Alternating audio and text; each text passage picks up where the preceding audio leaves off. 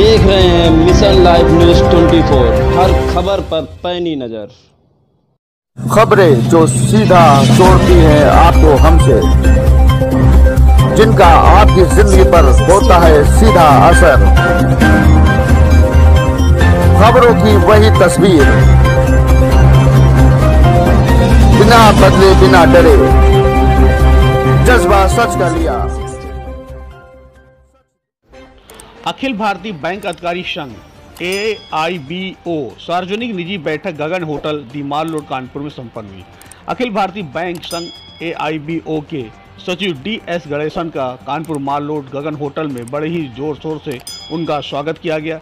Chairman HK Agarwal, president Nitin Kumar Singh, general secretary Gaurav Goyal तथा रुक्मणी देवी assistant secretary ने किया तथा DS गणेशन ने पत्रकारों से बात करते हुए कहा कि क्षेत्रीय ग्रामीण और सरकारी बैंकों में काम करने वाले अधिकारियों का प्रतिनिधित्व करने वाला दूसरा सबसे बड़ा संगठन है, जिसने पिछले 40 वर्षों से समान रूप से ग्राहकों और हमारे देश में सार्वजनिक क्षेत्र की बैंकिंग की रक्षा में लगातार प्रभावी भूमिका निभाई है।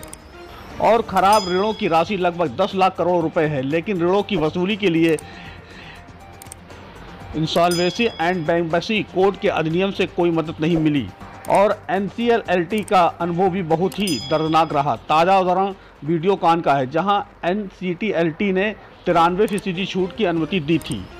जो कर्जदार ऋण चुकाने में विफल रहे उन्हें विलफुल डिफॉल्टर घोषित किया जाना चाहिए। AIBO इस देश के आम लोगों की गाढ़ी कमाई को न चुकाने वाले विपुल डिफॉल्टर्स को सुविधा देने के ऐसे तरीकों का कड़ा विरोध करता है। मुंबई में आयोजित बैठक में माननीय वित्त मंत्री द्वारा की गई घोषणा के खिलाफ AIBO सभी सार्थक आंदोलनकारी कार्यक्रम में शामिल थे और बैंक राष्ट्रीयकरण के लाभार्थियों को हस्ताक्षर अभियान AIBO हस्ताक्षर संग्रह के माध्यम से 2 सार्वजनिक क्षेत्र के बैंकों के निजीकरण के खिलाफ अभियान चलाया जाएगा। सार्वजनिक क्षेत्र के बैंक राष्ट्र निर्माण संस्थान इसे सुनिश्चित, निरापद और प्रोत्साहित किया जाना चाहिए।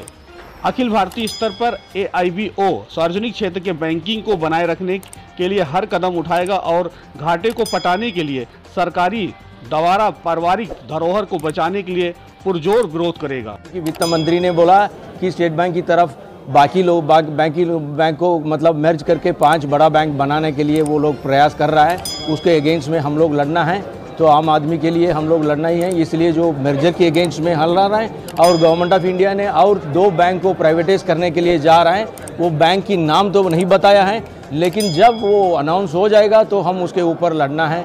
और तीसरा मुद्दा जो है कि IDBI जो बड़ा बैंक है उसमें 50,000 करोड़ की जो NPA हैं वो बड़े बड़े कारपोरेट वालों का लोन है, उसमें जो रिकवरी के लिए कोई एफर्ट सरकार ने नहीं ले रहा है, छोटी मोटी लोन के लिए ये ले रहा है।